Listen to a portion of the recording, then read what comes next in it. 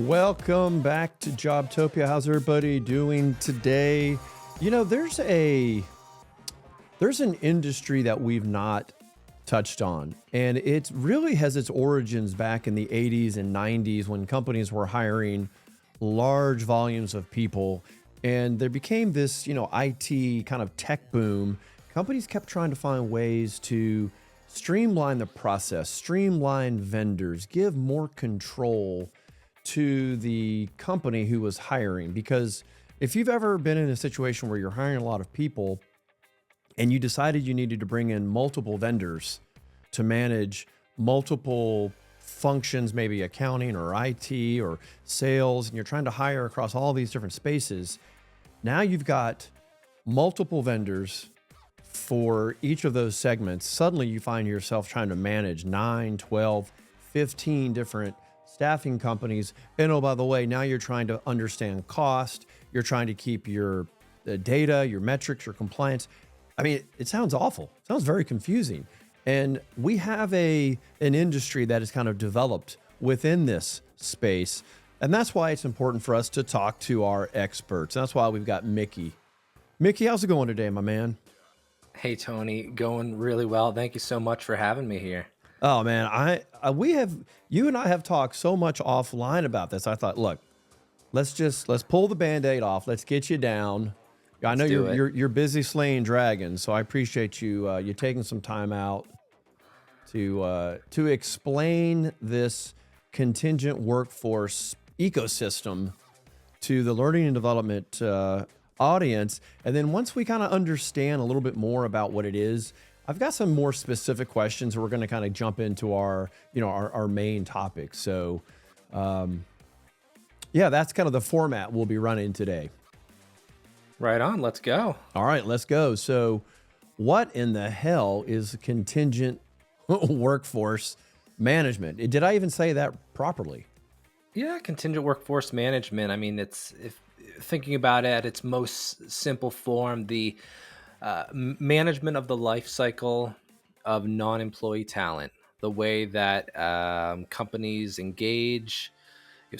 source, engage, manage, onboard, offboard, pay workers that are not their employees.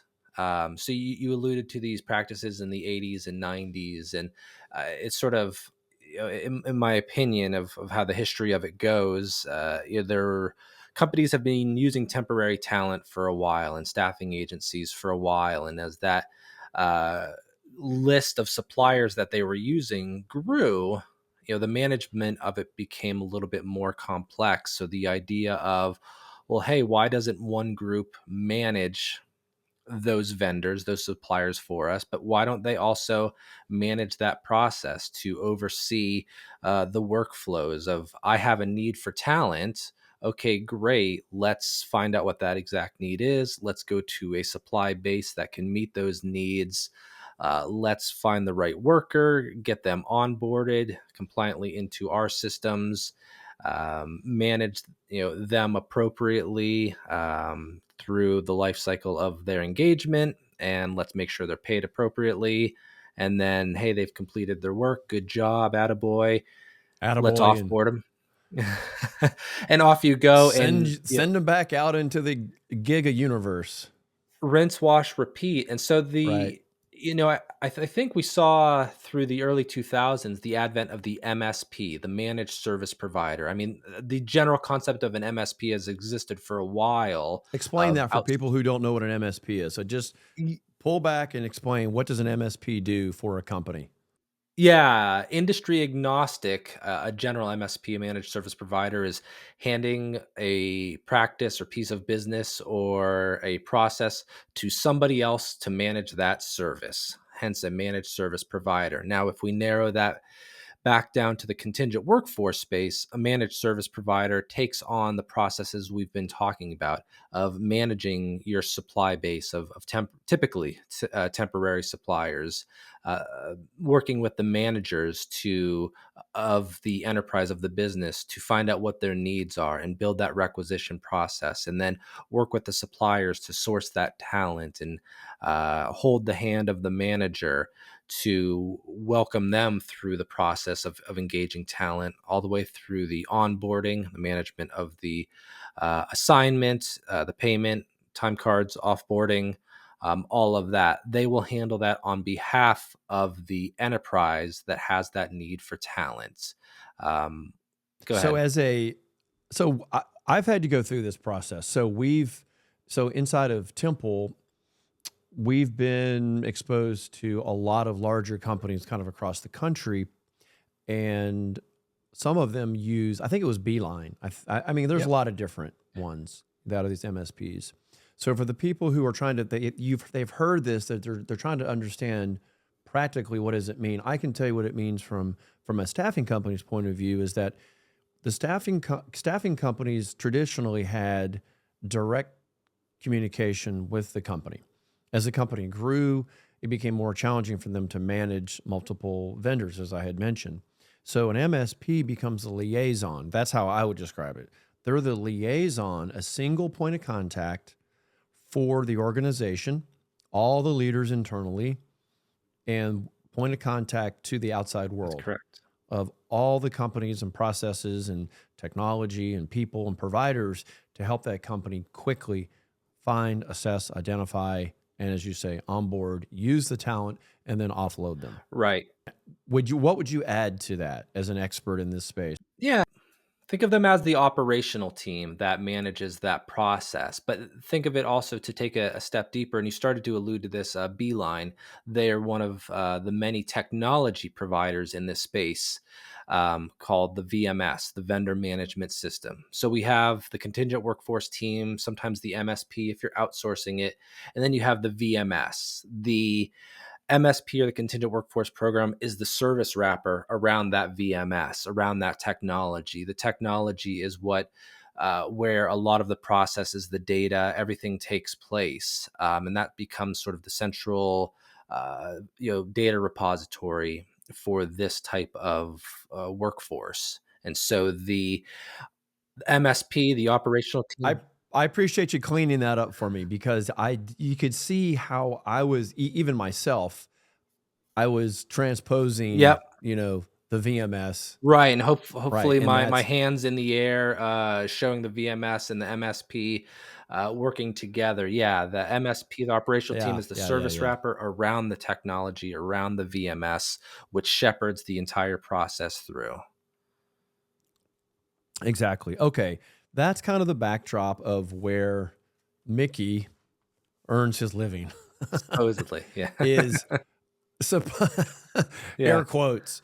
Um, it's an interest. I mean, to me, the fact that you have a consultancy business that you provide strategies and best practices to help organizations optimize this entire process shows it's a very complicated, in and of itself, beast.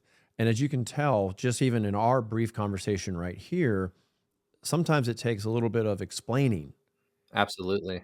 right? And you do a great job. Honestly, you do a great job on LinkedIn. I recommend people follow you on LinkedIn because you have a lot of good memes that you put out that kind of describe, what it's like working in this space, because it's like you're having to spend time describing to people what it is you do. When you're describing and trying to explain it to somebody, you can tell that it's not firmly established, in people's heads. And I think that's where some of these challenges arise. So with all that in the backdrop, now you've had a roughly close to 20 years. I hate to date people. We're not dating people.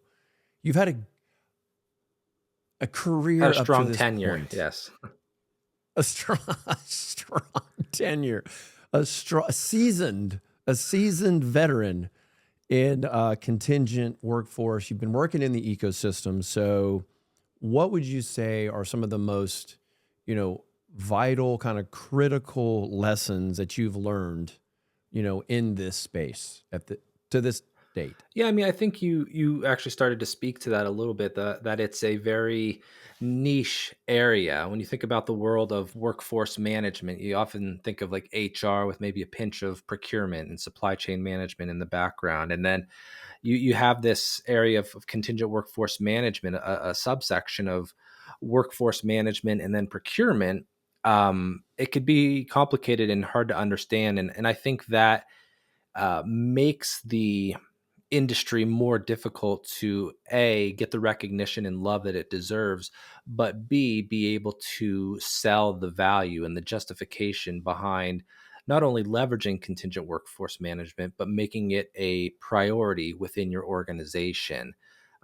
Another difficult piece is that managers that are leveraging non-employee talent, aka contingent workforce, they're only interacting with the MSP, they're only interacting with the VMS maybe once or twice a year. So it becomes this thing that is just this secondary, tertiary practice thing that they need to do.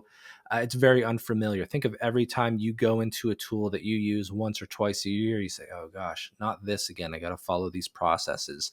Um, Or just I have to remember what's the it's protocol. nice, and so I think the one thing our industry has done well to sort of counter that is we do have an MSP, we do have internally managed contingent workforce programs, we do have people to, I keep on saying shepherd, but hold your hand, walk you through the process, to be that immediate point of contact of, hey, you have a need, well, here's what you need to do, and let me help you with that. And I think it's continuing to get better as the technology improves, and maybe we'll get to it here, but with the advent of AI and the inclusion of, Oh, I yeah, hope the we inclusion do. of that That'd be into great some at of the some point. practices, I mean, it's only going to go up Yeah. from here, and I think it's going to be better. But I think those are some of the problems, and that we typically see at a very macro level. Don't get me wrong, as you go further down, there are other things that become more typical. But I think as sort of a point of entry, those become some of the barriers that a lot of providers and even consumers of contingent workforce often will run into. Yeah, I think if you're a hiring leader in an organization and you don't have to interact that much with the MSP, then there is kind of a learning curve and almost a remembrance of, oh, yeah, that's right. I've got to go through this requisition process. And I'd like to see personally better transference of information and data in Q&A. I know some MSPs have done a better job of allowing, informational sessions with the outside staffing companies. I've experienced this, where they'd have like a kickoff call, Right. where they'd bring the hiring leaders in, and it was kind of your chance to, ask questions and learn more. I think that was always a little bit of pushback, that vendors would express, So I think there are some challenges on both sides. You've got the hiring leaders who might be used to having more direct communication and hands-on work with staffing. Maybe they like it. Now they're having to go through a different process. Same for the vendors. Um, if we were to look into some of the more minutia areas, where are there the biggest opportunities for improvement? Is it metrics? Is it compliance? Where do you find Yeah. it's most ripe? And it's funny, as a consultant, it's the cliche consultant answer. It depends, and Oh God, it depends. Are you a lawyer?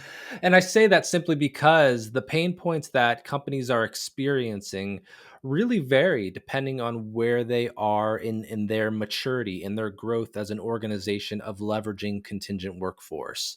If you think about companies that are just starting out, recognizing that, we have 57 different suppliers, we have 1,000 different workers, we don't know what access they have, what they're being paid, we don't know who they are. Well, that's sort of like your level one. We need to get a baseline visibility of what's going on. And so that goes into a lot of things in terms of compliance and risk. Well, geez, we have these people on site running around. We don't know what they're doing. Then savings, we don't know how much we're paying them or what their pay rates are. And geez, what about contractually these suppliers that we have? Do we all have the same agreements with each of them? And then where are the rate cards that tie back to this for future requisitions, so we know how to do that? And oh wait, we have 6 different spreadsheets, 3 different systems in which all of this data is scattered because there's no centralization.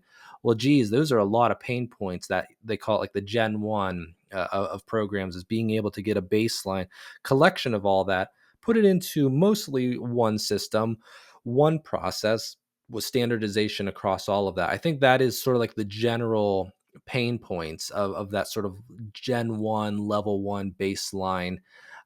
Let's get something going to foundationally organize this. And then as you mature, What's Gen 2? So that makes perfect sense. I could see Gen 1 as we're early adopters, and these are the problems that we're dealing with. So now we've moved into Gen 2, phase 2. What does that look I like? mean, I think it's relative to the organization. I think we've struggled as an industry. We have these Gen 1, Gen 2, Gen 3, Gen 4, but what does that really mean? I mean, you think of it as this sort of, um, slope that as we increase the maturity, the things we're tackling and the obstacles we're going after become less tactical and they become more strategic. I mean, if you want to go to Gen 2 or Gen 3, you're going beyond just temporary workforce.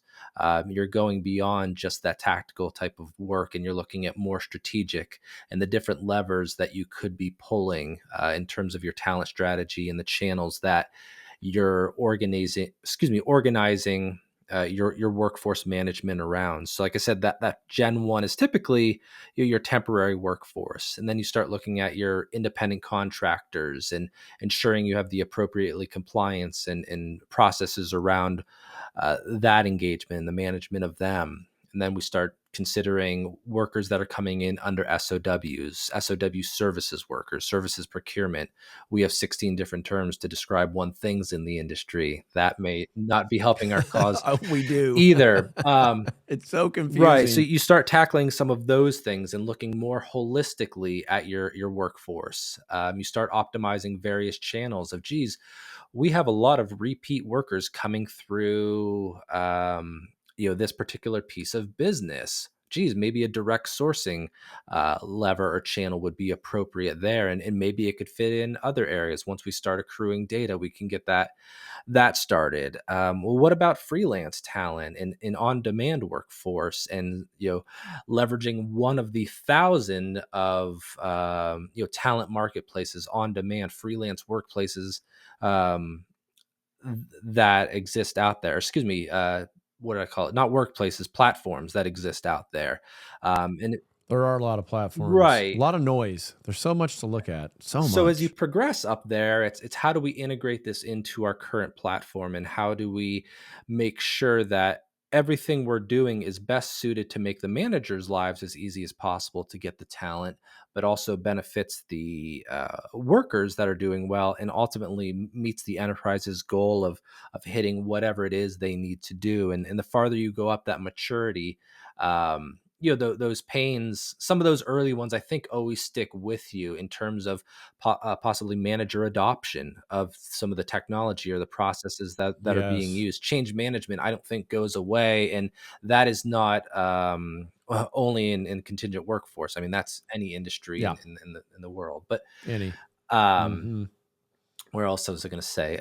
Beyond, Well, what about this? So you've laid out pretty well that there are challenges at whatever level you're at in the adoption and the use of an MSP.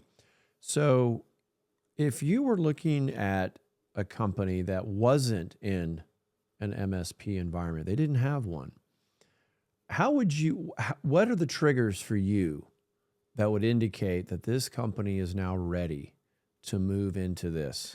yeah, and so I want to clarify one thing. Like, you don't necessarily have to move into an MSP. An MSP is one way to manage your contingent workforce. It's outsourcing it. You Okay. do have the ability to have an internally managed program where you have your own resources managing those day-to-day processes, working with the suppliers, working through the VMS. Fair enough. Um, Fair enough. A centralized A contingent hiring. workforce management program, right, yeah, so a centralized, standardized way. So, I mean, some of those triggers are that you do have lack of visibility, you may be at risk of some sort of compliance, like I said, you have workers on site, but you don't know maybe what they're doing, what buildings they have access to, what information you have access to. Depending on what industry you are, some of those risks grow bigger. You start thinking about like mining operations, and boy, there's some safety risk there that if something happens to a worker, physically, physical harm happens to them, and we don't know who they are, why they're on site. Well, geez, that could be a really major risk. I mean, I think things like that. You look at the cost. We don't know how much we're paying for so many people to come in, or we know that we spent $6.7 million through such and such supplier, but what did we get from them, and who were we engaging with, and what were the rates we were paying them? Um, I think Yeah. just I think too, I think you've just hit on a lot of different kind of risk areas. And if you can't quickly put your finger on the answer, then it's spiraled out of your control. It's just gotten bigger and bigger and bigger, more complicated. And it's just more of an indication that it's time to create centralized control. I know people might not like the sound of that, but because there is risk involved, that's why you need to do this. Would you say, in your experience as a consultant, you're, I don't want to say better at taking, a company from 0 to 1, or from 1 to 2, or from 2 to 3? Yours, a consultant, maybe it doesn't matter. Or do you have a specialty? Do you prefer to work with organizations that already have some kind of centralization and you help them optimize? Or are you even at the early phase of, let me help you establish from the beginning? I'm open to working to anybody that has an open mind to this and is thinking critically about the best way to do this, and wants to do the right thing, and make an investment into their contingent workforce program. Because unfortunately, we run into a lot of companies, they see it as a problem, but contingent workforce becomes a little bit of an afterthought. And so I want to work with companies that are willing to make the change, and take that transformation seriously, and make that investment into it. That said, I enjoy working across the spectrum of that maturity. It is fun early on in the beginning when things are pretty messy and they don't know what the hell is going on, and it's like, hey, Yeah. let's just You're like Superman showing up. yeah, Let me look at Mickey, yeah, just and obviously saved our when ass. a company doesn't have a clue about contingent workforce, and I walk in and say, one thing, and they're like, oh my goodness, of course it makes me feel great. It's also nice working with folks on the inside that get it and can make sense of it Of themselves, course. and that can speak the language. Because a lot of times when you are the lone person that can speak the language, you have to reiterate that 5, 6 times to help people understand that. And that's not anyone's fault. It's just this isn't their day to day. So why would they get it? But I think helping companies make sense of it early on. And then it's also enjoyable too to take things to a next level of, hey, we've had this program for 5 years. We want to bring in our services spend and get that under management. What are some of the strategies we could go with? And it's one thing to strategically help a company and say, this is what you should do, and make a nice PowerPoint and hand that off. But I think the exciting thing is being able to bring it to life, and see the fruits of your labor really come to be, and the benefit of that, and working hand in hand with the managers, or excuse me, working hand in hand with the enterprises to help them execute on that strategy and bring forth that meaningful change. Because I've spent a majority of my life in implementation, and implementation is not for the weary. It's without a doubt of could be quite a painful process, because you're implementing, Right, right. The change management, yeah, change everything. systems, operations. You're could be upending supplier relationships, unfortunately. You're definitely upending. Right, and you're changing the scope of things for companies, but it's like I said, it's very fulfilling and rewarding to execute on that change, and bring it forth in a meaningful way that It's not just strategy. Don't get me wrong. If you want me to come in and do strategy, would love to do that for you. I enjoy it all, but it's about bringing things forward in, like I said, a very meaningful way. Well, it needs to be practical, right? We've all worked with the strategic consultants and you end up with a nice PowerPoint, but you're still left with, okay, I have to run my business. Now, you alluded to this at the top, and I said I definitely wanted to get into some conversation about AI. People don't roll your eyes, everybody. Okay, I know everyone's like, okay, great, another AI conversation. But it's important for us as leaders to understand how AI is going to help transform or automate or take the heavy lift away from people. Where, in your opinion, can AI make the most sense in a Gen 1, Gen 2, whatever, Gen 3 iteration of Yeah, and this? it's interesting because we're seeing it happen real time. We're seeing a lot of technology, particularly at the front end of the process, sort of beyond maybe the scope of where a contingent workforce program lies. But um, with sourcing and screening and interview, a lot of that is being done via AI. I think we're beginning to see some positive use cases, but also some negative ones as well. And people are questioning: is this really for us? When it comes to AI, the thing I'll always go back to is only use it if it's going to actually solve a problem for you. Don't slap AI on something just because you think you should, because you think we need to be doing AI. My thought is you should be doing AI, but you need to do it in a way that makes sense so it's actually solving problems for you. If it's going to create more of a headache, well then what's the value of it? So I'll always go back to what problem is it solving for you. So I think we're beginning to see that with the screening process of we could more quickly screen lots of candidates, right? And we could get them through the top of the funnel a little bit faster. We're beginning to see automated interviewing scheduling, interviewing taking place. I'm still on the fence of how I feel about bots doing AI and AI interview. Yeah, what do you think? I know you say you're on the fence, so I'm going to push on that one. Yeah, because What's your opinion? I think Have you personally ever been interviewed by a bot? No. I've worked with companies I that haven't that either. do that, but I think of, if I was a worker, man, that'd feel a little bit disingenuous if they can't even get a real person on the line to talk with me. Or meanwhile, on the business side, hey, we have 300 people we want to interview. We can't schedule 300 recruiters to do 300 interviews. We're That's going to right. prioritize that for once we narrow it down to the top 20 x amount of people, right? So I see both sides of the argument. um See, I would bake it in. Okay, this is just me. Mickey, I would bake in that objection to one of the very opening statements that the bot would make. yeah. And to me, that's how I would handle it. I would say something to the effect of this is a in demand position and we have received hundreds of applications. And because of that, we don't want you to fall through the cracks. Because if we were relying on humans, Yeah.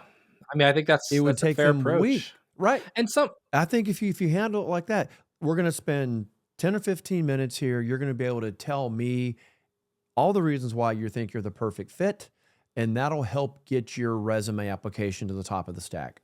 See, if you did it that way, you justify it. yeah, That's maybe the worker maybe would, the candidate could put down their they say, defenses a okay, I little get bit. it. Yeah. I Yeah, say, okay, I get it. This is actually here to help the company find me so I can actually interview. right.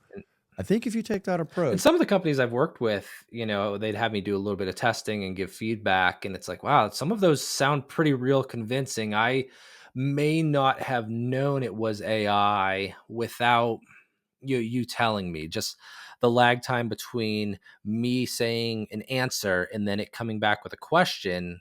It wasn't like it had to think right? for 5 seconds and then spit it out. Here it is. I feel that is that's part of it as well. So I mean, I think that's one part of the AI in the realm of actual contingent workforce management and the programs. It's all about automation and being able to get things through faster than they had been in the past. So thinking about, That's the back end. You see, exactly, and maybe you can touch on that for a minute. This can be let's let this be our final question because we can have you back. We can talk a lot more. We can go into a lot more detail. What I wanted was to introduce you to the audience, let everyone get to know Mickey, and we can go into some other topics next time. The front end screening, that's for the yeah, candidate, right? We're all kind of clear with that. But how do you see AI automation speeding processes along in the background, the administration, if you will? yeah, I mean, I think with the onset of agentic AI and using agents within various functions, you think about, obviously we talked about the sourcing and the interviewing, but what about the whole operational arm, being able to have an agent that works through that entire end-to-end process with you. Granted, you could still leverage your MSP, but something that's within the technology to guide you along the way and quickly pull in data, past behaviors, past things that you've done to help you build out a requisition faster, to help you think about the candidates you want to have go through faster, to help you build a statement of work more quickly and add in the actual deliverables, skills, and things that you need more effectively. To help you think strategically about, hey, by the way, you're trying to find this worker down in Atlanta. Have you considered a nearshore worker where you may be able to get a same quality worker, but at a much lower cost? Because right now, based on your company's performance, you are trying to get more bang for your buck, and perhaps that would be a more appropriate channel. Or what about a freelancer for this? What you're looking for doesn't require 40 hours a week. This requires somebody to come in maybe fractionally 15 hours a week for 4 weeks to actually knock this out. You don't need a full time person for 3 months. I think the ability to analyze and give feedback real time to managers about what their need could be or how the work could be structured in a more strategic way could really help managers find the talent they need to solve the problems they have versus just throwing bodies at work, and appropriately lining skill and need with what actually needs to be accomplished. I see that being sort of the next wave, and obviously, agents and companies are being spun up really quick, and many companies are working on things like that. I feel that starts to become the next level in where things are going, and having agents and automation all throughout the life cycle. I mean, that makes perfect sense because the agent could go back and analyze the past workflows. And to your point, if you've only entered into the MSP process once a year, maybe twice a year, meanwhile, other people have been entering and is learning and learning and learning. The next time you show up, it's got all this great advice that it can just offer you and just to speed the process along. And frankly, it can make the process a lot more enjoyable because you're not having to do as I don't much. want to have to think It about can as much just this. I don't want to think as much about it. I like just want to move through the process. I just want the talent 3 weeks ago. Help me. exactly, exactly. And now, based on everything it already knows about the organization, it's got some, great requisition already pulled up and push this button and we'll send it out to your vendors. I think it's great. I embrace AI. It doesn't bother me. I know people are worried about it. It's going to be replacing us. I don't think so. I think we are going to determine and find new ways to use it as a tool. That's what we are great at. We people were great at using tools to make our lives and our jobs more efficient. And I just think that's going to continue. I think we are years and years and years away, I hope, from everyone being on some kind of universal basic income and we're all sitting around in an easy chair. I'm sorry. That would be the end of society. We can't have that. Yeah, I mean, yeah, we got to use AI to our advantage. Use it as a tool. Augment yourself to be able to be more productive, to think more creatively, to think more abstractly about new ways of getting things done, and also just for the mundane, rudimentary, drudgery, those types of tasks. Use it to get those done for you. I think that's one of the biggest advantages of right now. And if I were to guess, 3 to 5 years from now, we'll be using tech and things that don't even exist right now, that we haven't even thought of yet. Pace AI is moving with right now such a breakneck speed. It's just fascinating, maybe a little bit scary, but I think fascinating of the trajectory of where all this could take us. That's right. Well, that's a great way to end. Mickey, so good to see you again, my friend. We'll have you back down. We'll do another deep dive and go in a little more detail. It's been a pleasure, Tony. Thank you so much for having me. Appreciate it. You bet. We'll see everybody soon.